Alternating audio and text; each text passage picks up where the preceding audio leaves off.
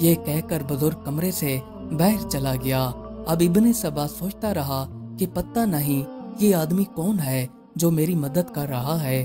ابھی یہ سوچو بچار میں ہی تھا تو ابن سبات نے اچانک اپنے ماتھے پر ہاتھ مارا اور کہا کہ میں بھی کتنا نادان ہوں، مجھے لگتا ہے یہ بھی میری طرح کام کرتا ہے اور یہ گھر کا بھیدی ہے۔ اس نے سوچا ہوگا کہ آج مکان خالی ہے اور چوری کر لوں، یہ اسی وجہ سے روشنی لے کر آیا ہے۔ اب اس نے دیکھا کہ میں اس مکان کے اندر پہلے سے پہنچا ہوا ہوں تو اس نے خود کو آدھا سامان لینے پر آمادہ کر لیا ہوگا کہ میں اس کا ساتھ دے کر اس سے آدھا سامان لے لوں گا۔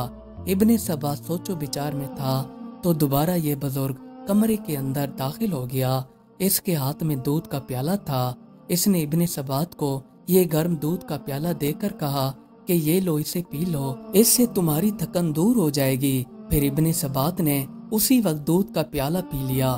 اب ابن سبات اس بزرگ سے کہنے لگا کہ دیکھو، اصول کے مطابق میں اس کمرے کے اندر پہلے پہنچ چکا ہوں۔ اب جو سامان میں نے اکٹھا کر لیا ہے اس میں سے میں تمہیں کچھ سامان دے دوں گا، چلو اب میرے ساتھ یہ گٹھریاں اٹھاؤ۔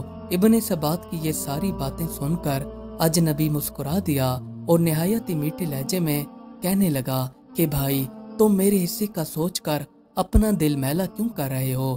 میں تم سے کوئی چیز نہیں لوں گا، تمہارا ایک ہاتھ ہے، تم ایک کام کرو، چھوٹی گٹھری اٹھا لو جبکہ بڑی گٹھری میں اٹھا لوں گا، اور جس جگہ پر تم کہو گے میں پہنچا کر آؤں گا۔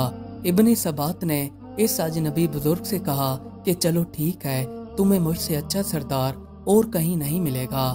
پھر چھوٹی گٹھری ابن سبات نے اٹھائی اور بڑی گٹھری اجنبی بزرگ نے اٹھا لی۔ انہوں نے جیسی گٹھری اٹھائی تو ان کی خمیدہ کمر پہلے سے زیادہ جھک گئی۔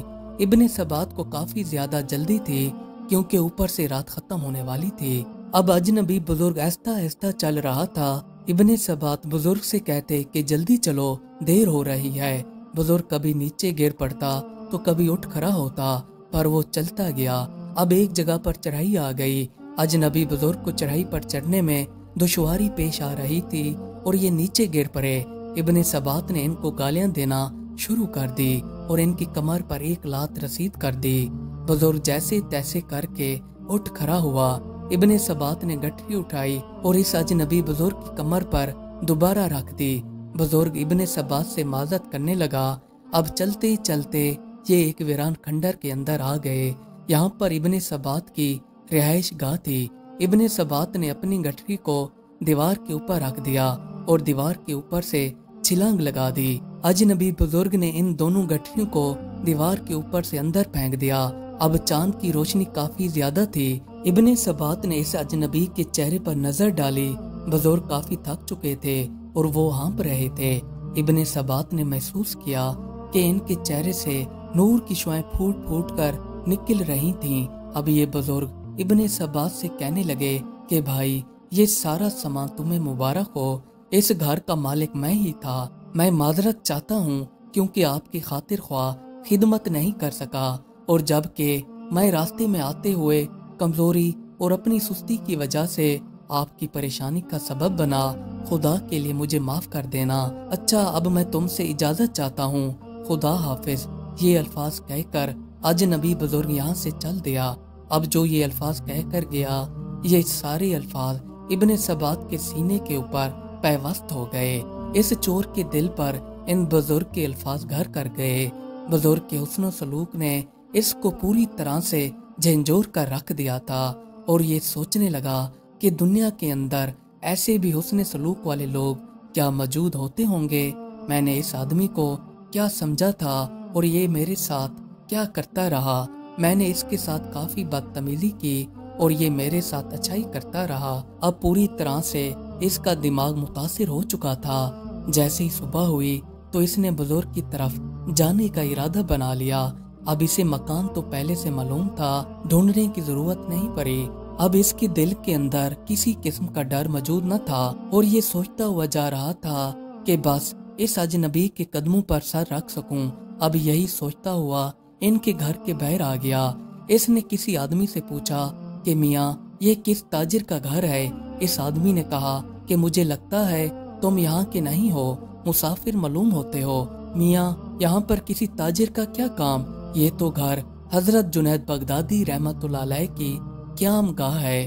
ابن ثبات نے حضرت جنید بغدادی رحمتullah علیہ کا نام پہلے سے سن رکھا تھا، پر اس کی کبھی پہلے ملاقات نہیں ہوئی تھی۔ یہ اندر داخل ہو گیا اور سامنے بڑے کمرے میں دیکھا تو وہاں پر تکیہ لگائے رات والے بزرگ بیٹھے تھے اور ان کے پاس 30 سے 40 آدمی مدبانہ انداز میں ان کے سامنے موجود تھے۔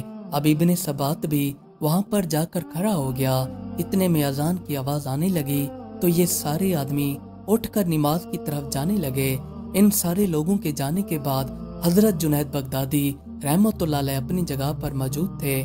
پھر ابن ثبات حضرت جنید بغدادی رحمتullah علیہ کے قدموں میں گر کر رونے لگا۔ اس کے دل پر جو سیاہی تھی وہ سب ختم ہو گئی۔ حضرت جنید بغدادی رحمتullah علیہ نے اسے نہایت ہی مدبانہ انداز سے اٹھایا اور اٹھا کر گلے لگا لیا۔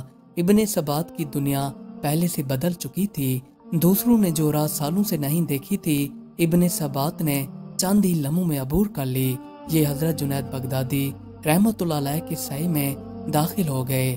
ان کے فیض سے ہاتھ کٹے شیطان کے بجائے حضرت شیخ احمد ابن ثبات رحمتullah علیہ بن گئے اور ان کا شمار اللہ کے نیکوں میں ہو گیا۔ جس بندے کو دنیا کی 40 سال تک ہولناک سزائیں بھی نہ بدل سکیں، اس کو ایک اللہ کے نیک بندے کے حسن اخلاق نے پوری طرح سے تبدیل کر دیا۔ اس سے معلوم ہوتا ہے کہ ہر کسی کو اپنا اخلاق اچھا رکھنا چاہیے۔ بے شک اسی میں ہی ہماری بہتری ہے اور اسی میں ہی ہماری فلاح ہے۔ اللہ تعالی ہم سب کو نیک عمل کرنے کی توفیق عطا فرمائے، آمین۔ مزید اچھی ویڈیوز دیکھنے کے لیے ہمارے چینل کو سبسکرائب کر لیں۔ شکریہ۔